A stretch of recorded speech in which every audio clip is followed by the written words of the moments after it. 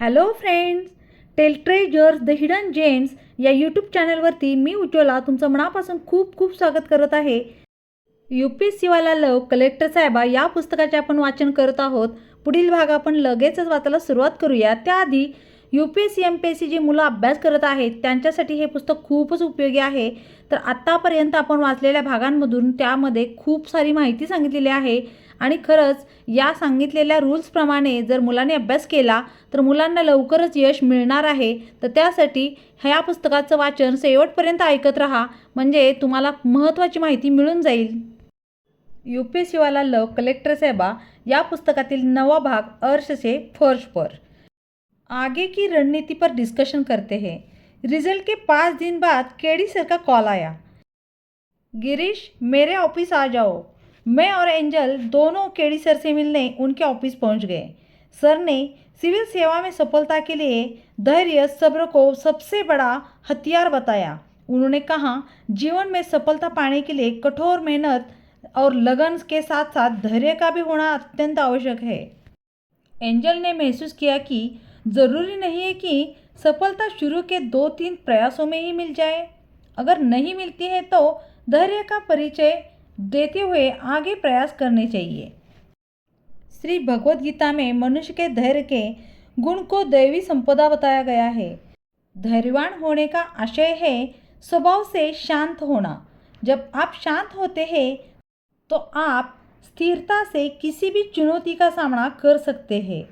धीरज यानी धैर्य मात्र प्रतीक्षा करने की क्षमता नहीं है, बल्कि प्रतीक्षा करते समय एक अच्छा रवैया रखने की क्षमता है. धैर्य हो या सब्र एक कीमती सद्गुण है. इस सद्गुण को प्राप्त करने में कुछ भी खर्च नहीं करना पड़ता. इसके लिए बस आपके मन को ही अभ्यास की ज़रूरत होती है. आपको अपनी भावनाएं नियंत्रित करने के लिए अपने आप को प्रशिक्षित करना होगा. धैर्य वह शक्तिशाली गुण है जिससे कोई भी व्यक्ति निराशा, हताशा, तनाव, असफलता, कुंठा, क्रोध, जल्दबाजी और असहिष्णुता आदि में बचकर आत्मविश्लेषण व प्रगतिशीलता के दम पर सफल और खुशहाल जीवन का मार्ग प्रशस्त कर सकता है. इसलिए सफलता पाने के इच्छुक हर व्यक्ति को धैर्य बनाए रखने की प्रवृत्ति का विकास करना चाहिए. धैर्य यानी धीरज हर चीज़ की कुंजी है. अंडे को सेने से चूजा निकलता है, न कि उसे तोड़ने से. धैर्य और परिश्रम से हम वो सब प्राप्त कर सकते हैं जो शक्ति और शीघ्रता से कभी नहीं प्राप्त कर सकते. धैर्य धारण करने से हारी हुई बाजी भी जीती जा सकती है. हम कह सकते हैं कि धैर्य मनुष्य के व्यक्तित्व को ऊंचा उठाने का एक उत्तम गुण है. जितने भी महान वैज्ञानिक और आविष्कारक हुए हैं उन्होंने सालों तक अपने अनुसंधान की सफलता का इंतज़ार किया है. जिस व्यक्ति के अंदर इंतज़ार करने की क्षमता है वह सब कुछ हासिल कर सकता है. अगर व्यक्ति को लगातार असफलता मिल रही है तो भी धैर्य बनाए रखना चाहिए. कभी कभी सफलता थोड़ी देर से मिलती है. पौधों की अपेक्षा पेड़ देर से तैयार होता है. जिस तरह विशाल पेड़ को तैयार होने में ज़्यादा वक्त लगता है, ठीक उसी तरह हमारे महान लक्ष्य को पूरा होने में भी वक्त लगता है. लेकिन कुछ लोग धैर्य नहीं रख पाते और अपना काम बीच में ही छोड़ देते हैं.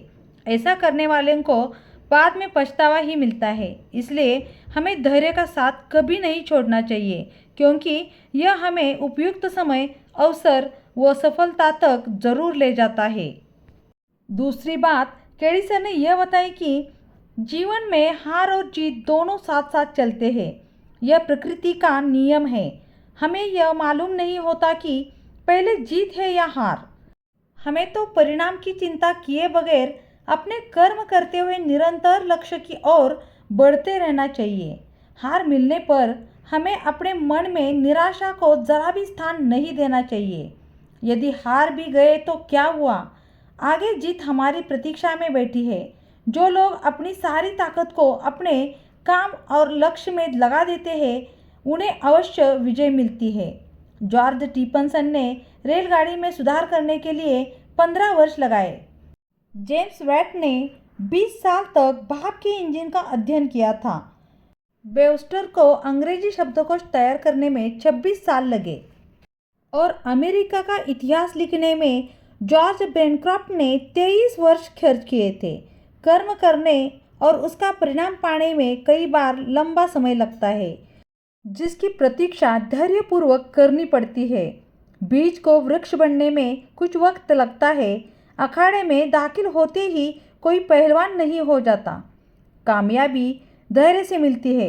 काम क्षेत्र चाहे कोई भी हो। प्रख्यात वैज्ञानिक थॉमस अल्वा एडिसन जब 67 साल के थे, तब एक दिन उनकी करोड़ों रुपए की फैक्ट्री आग में जलकर नष्ट हो गई। इस कंपनी का बीमा बहुत कम धनराशि का था। अपनी जिंदगी भर की कमाई को आग में जलते देखकर वे बोले, जो होता है अच्छे के लिए होता है। हमारी सारी कमियां इस आग में जलकर नष्ट हो गई। ईश्वर की कृपा से हम नए सिरे से कार्य शुरू करेंगे।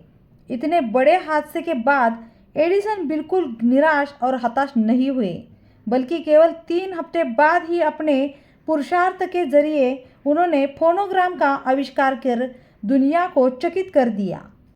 मनुष्य के दाएं हाथ में सफलता होती है और बाएं हाथ में असफलता, लेकिन सफलता पाने के लिए कर्मशील होना बहुत जरूरी है।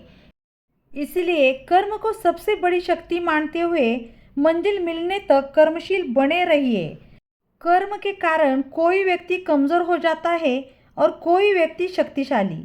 कर्म ही किसी को रंक तो किसी को धनवान बनाता है। वर्तमान में शुभ कर्मों के द्वारा सभी अभावों पर विजय प्राप्त कर उज्जवल भविष्य का निर्माण करने पर ध्यान देना चाहिए। यह पुरुषार्थ ही है जिसे करते हुए हम सफलता की ऊंचाइयों पर पहुंच सकते हैं। इसी प्रक्रिया में कठिनाइयां और दुख हमारे शत्रु हैं, जिनसे हमें श्रम के बल पर लड़ना है और विजयी होना है। इसी में हमारा सार्थक जीवन है। कमलदेव सर ने हर वह संभव मोटिवेशन देने की कोशिश की ताकि हम सिविल सेवा में मिली असफलता को भुलाकर वापस तैयारी में लग जाएं। सर से 40 मिनट तक मुलाकात के बाद हम दोनों वापस आ गए। एंजल को इस बात को लेकर पछतावा हो रहा था कि उन्होंने जीएस पेपर की कॉपी के ऊपर ओम विष्णु क्यों लिखा था, जिसकी वजह से पेनल्टी लगाई गई। हर किसी व्यक्ति को कभी न कभी अपने किए पर पछतावा यानी अफसोस होता है। अक्सर अफसोस तब होता है जब अतीत में ले गए हमारे किसी निर्णय का बुरा परिणाम निकलता है और हम बस यही सोचते हैं कि अगर ये ना करके ये किया होता तो आज जीवन कुछ और होता। अफसोस या पछतावा अक्सर एक खराब निर्णय की भावनात्मक प्रतिक्रिया होती है। सही करियर न चुनना, असफलता, मनपसंद जीवन साथी से विवाह न कर पाना और जीवन में अपेक्षित तरक्की नहीं कर पाना जैसे कई और कारण होते हैं, जिनकी वजह से कई लोग जीवन भर अफसोस या आत्मग्लानि में जीते रहते हैं। चिंता और पछतावा दोनों मनुष्य के जीवन के लिए विष के समान है। फर्क सिर्फ यही है कि पछतावा अतीत को लेकर किया जाता है और चिंता हमें आने वाले समय की सताती है। लेकिन इन दोनों के दुष्परिणाम एक जैसे हैं। रिग्रेट व्यक्ति के जीवन को अतीत में जीने पर मजबूर करता है, जो वर्तमान और भविष्य दोनों को प्रभावित करता है। पछतावे का लगातार बने रहना तन पर मन पर बुरा असर पड़ता है। स्वयं को बार बार दोषी ठहराना व्यक्ति की खुशहाल जिंदगी में अवरोधक बन जाता है। पछतावे की भावना से पीड़ित व्यक्ति में डिप्रेशन की संभावना बढ़ जाती है। अफसोस हमारे अंदर भय भी पैदा करता है और हमें इस बात का डर लगने लगता है कि हमारे जीवन का हर निर्णय गलत ही होगा। एंजल ने मुझसे बताया कि 2-3 दिन से उन्हें बहुत ही अधिक पछतावा हो रहा है। तो मैंने उन्हें कहा, गलतियां हर किसी से होती है। प्रयास करने पर गलती होना स्वाभाविक है। इसमें कुछ भी अनहोनी नहीं है और न ही कुछ गलत। लेकिन अपनी किसी गलती पर जो अनजाने में या अज्ञानतावश हुई हो तो उस पर पछतावा नहीं होना चाहिए, परंतु हमें हमारी गलतियों से सीख अवश्य लेनी चाहिए। एक सफल व्यक्ति का गुण यह है कि वे कभी भी अपने फैसलों पर पछतावा नहीं करते हैं। नौकरी की बात हो या कोई रिश्ता, वे कभी भी वापस नहीं जाते हैं। यदि उन्होंने कुछ अच्छे और वास्तविक कारणों के लिए इन्हें छोड़ दिया है।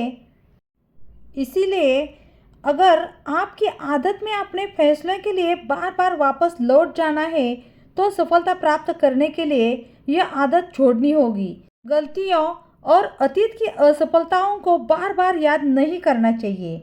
जीवन में खुशी और सफलता के लिए बेहद ज़रूरी है कि भविष्य को आप आशा के साथ देखें, लेकिन अतीत को पछतावे के साथ नहीं। बिना पछतावे के अपने अतीत को स्वीकार करें, अपने वर्तमान को आत्मविश्वास के साथ संभालें और बिना किसी डर के अपने भविष्य का सामना करें। कुल मिलाकर बात यह है कि अफसोस करना समय, संकल्प और शक्ति का व्यर्थ बर्बाद करना है। इसलिए सच्ची लगन से तथा सोच समझकर लिए गए अपने किसी निर्णय पर किसी एक दिन भी पछतावा न करें। पछतावे के साथ जीने के लिए यह जीवन बहुत ही छोटा है। इसीलिए पश्चाताप से मुक्त जीवन जीना हर किसी का लक्ष्य होना चाहिए। अरे सर, आपके इस मोटिवेशनल के लिए मैं हमेशा आपके ऋणी रहूंगी।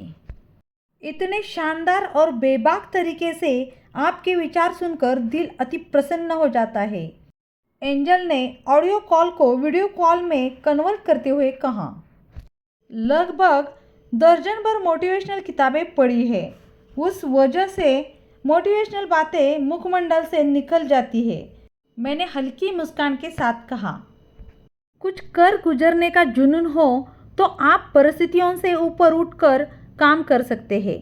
अगर आसपास का माहौल अनुकूल न हो तो अपने घर से सैकड़ों किलोमीटर दूर जाकर खुद को निखार सकते हैं। ऋषभ पंत ने बचपन में अपने देश के लिए खेलने का सपना देखा था। वो आज सच हो गया। सपनों में जान हो, हौसले बुलंद हो तो आप विषम हालातों में भी हीरो बनकर उभर सकते हो। ध्यान रखो, अगर आप लगन से काम कर सकते हो तो अपनी मेहनत से पहाड़ों को भी उपजाऊ मैदान बना सकते हो। बस खुद पर विश्वास रखना। सिविल सेवा एक मिशन है। दृढ़ इच्छा शक्ति, त्याग, समर्पण तथा धीरज के साथ अपने एक बेहतर निर्णय को पंख दे दे। अपनी सादगी को दूसरे की एक्स्ट्रा ऑर्डिनरी के भेंट कभी न चढ़ाए। भीड़ से हटकर अपने निरंतर अभ्यास में झोंके रहे। कभी मुश्किलों से टूटे नहीं। एक बात हमेशा याद रखें, उस पार है उजियाला ही उजियाला, उस पार है उम्मीदें ही उम्मीदें। बस अंधेरा तो है देहरी तक, इस देहरी को पार तो कर। एक दिन बैठे बैठे एंजल के पापा ने प्रिंसिपल साहिबा से कहा, बेटी का ब्याह करा दे क्या? 1 साल और ठहर जाइए, क्या पता इस बार यूपीएससी में सिलेक्शन हो जाए। एंजल की मम्मी ने कहा। शुरू के 3 प्रयासों में भी यूपीएससी नहीं निकला तो एंजल के पापा ने उनकी शादी कराने का मन बना लिया था। पश्चिमी राजस्थान के कई गांवों में सामान्यतः 10 साल की उम्र में बाल विवाह और 18 साल की उम्र तक गौना हो जाता है। अभिभावकों द्वारा 24 साल की उम्र में भी एंजल की शादी न करने का एक बड़ी वजह बिटिया को कलेक्टर बनते हुए देखने की चाह थी। आस पड़ोस में बहुत से लोग कहने लगे थे कि लड़की की उम्र शादी लायक हो गई है। यह डिजिटल इश्क का ज़माना है। फेसबुक, इंस्टाग्राम और व्हाट्सएप आजकल रिश्ते जुड़वा भी रहे हैं और तुड़वा भी रहे हैं। स्मार्टफोन की बला ने हर इंसान को ऐसा स्वतंत्र टापू बना दिया है जहां वह फेसबुक, व्हाट्सएप आदि की वर्चुअल भीड़ के साथ अकेलेपन में खुश है। कोई 70 वर्षीय चंपकलाल किसी 17 वर्षीय बाला से प्रेम प्रसंग बढ़ाने में जुटे हैं। अब मेल जोल का सिलसिला भी चल निकलने वाला है। इस डिजिटल इश्क का क्या कहना। अंकल जी को टॉफ़ी चॉकलेट से होते हुए गार्डन में मिलने तक का ऑफर मिल चुका है। इसके बाद चंपकलाल जी की बेचैनी बढ़ती जा रही है। आजकल लोग सबसे ज़्यादा व्यस्त कहाँ पर मिलते हैं? सोशल मीडिया पर। डिजिटल युग के डिजिटल बच्चों को सोशल मीडिया पर छाई बहार बाहर ही निकलने नहीं देती है। कोई फेसबुक से बाहर निकलता है तो व्हाट्सएप के नोटिफिकेशन बुला लेते हैं। उसके पश्चात कुछ याद रहता है भला? कब 1-2 घंटे बीत जाते हैं पता ही नहीं चलता। यहाँ से कभी याद करके बाहर आ भी गए तो ट्विटर वाली नीली चिड़िया चहचहाने लगती है। फिर अब अगर उसकी चहचहाट नहीं सुनी तो अपने नेताओं और अभिनेताओं के सुविचारों से महरूम रह जाएंगे। इसलिए इसकी सबसे पहले सुननी पड़ती है। ट्विटर से बाहर आ भी गए तो फिर इंस्टाग्राम बाबा पर तितलियों की तरह फुदकती बालाओं की रील्स भी देखनी है, क्योंकि विशुद्ध मनोरंजन अब तक तो हो नहीं पाया था। आजकल के बच्चों और युवाओं की सुबह भी सोशल मीडिया के साथ ही होती है और रात तो सोशल मीडिया के सहारे ही कटती है। कभी गर्लफ्रेंड का लास्ट सीन चेक करना, कभी ब्लॉक हो गए तो अनब्लॉक होने की तिकड़मबाजी करना, कभी मैसेज का इंतज़ार करना, वगैरह वगैरह। कुछ युवा खाते समय, सोते समय, यहाँ तक कि टॉयलेट में भी इस सेवा का भरपूर लाभ उठाते हैं। सोशल मीडिया का सबसे अच्छे से यूज़ करते हैं हमारे अमेरिकी प्रेसिडेंट ट्रंप। वह डिजिटल ज़माने के पहले प्रेसिडेंट है जिनकी नीतियाँ ट्विटर पर बनती बिगड़ती है। ट्विटर पर कुछ और लिखते हैं और प्रेस कॉन्फ्रेंस में कुछ और बोलते हैं। ट्रंप साहब हर 2 घंटे में अपना बोला वापस भी ले लेते हैं। ट्रंप साहब दुनिया के ऐसे पहले प्रेसिडेंट भी हैं जिन्होंने सच्ची न्यूज़ को फेक न्यूज़ और अफवाहों को सच कहने की शुरुआत की। कुछ खबरिया चैनलों के आंकड़ों के मुताबिक वह एक दिन में 17 झूठ बोलते हैं। मीडिया ने अपने ढंग से खोजबीन कर टीवी स्क्रीन पर लहरा दिया कि वह आज तक 10,000 से ज़्यादा बार झूठ बोल चुके हैं। यहाँ एक अति महत्वपूर्ण प्रश्न यह है कि यूएसए में कौवे नहीं पाए जाते या फिर उन्होंने झूठ बोलने वालों को काटना छोड़ दिया है। यूपीएससीवाला लव कलेक्टर साहेबा या पुस्तकातील हा होता 9वा भाग अर्ज से फर्श पर। तर तुम्हाला हा भाग कसा वाटला हे मला कॉमेंट करून सांगा। या पुस्तकामध्ये सांगितलेली महत्त्वाची माहिती तुमच्या मुलांपर्यंत पोहोचावी, त्यांना अभ्यास करण्यासाठी वेगवेगळ्या आयडियाज मिळाव्यात, हाच या पुस्तक वाचनाचा महत्त्वाचा हेतू आहे। संपूर्ण पुस्तक ऐकण्यासाठी चॅनलला सबस्क्राईब करा, म्हणजे हे सर्व पुस्तक तुम्हाला ऐकायला मिळेल। व्हिडिओ पाहण्यासाठी तुमचा मूल्यवान वेळ दिल्याबद्दल खूप खूप मनापासून धन्यवाद। चला तर पुन्हा भेटू पुढील भागासोबत।